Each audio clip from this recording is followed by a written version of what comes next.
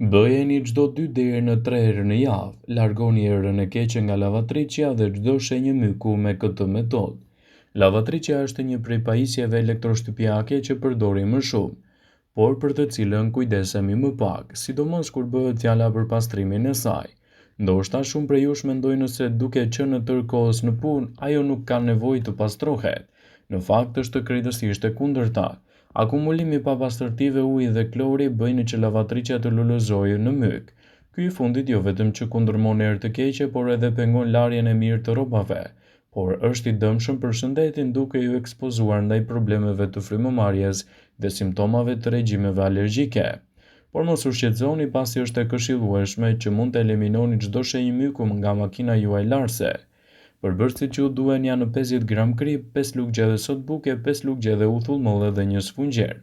Fillimisht derni kripën në vendin ku keni edhe hedhur detergjentin dhe lini që lavatriçja të bëjë një larje më parë bosh. Mjafton një proces të jetë i shkurtër në temperaturë 40 gradë. Më pas bashkoni uthullin e mollës, sodën e bukës dhe ujin e ngrohtë sipas dëshirës, me ndihmën e një sprutatori derdhni masën në të gjitha hapësirën e brendshme të lavatriçes, e pastroni edhe më pas e mbyllni derën dhe lini të veprojë për 2 orë.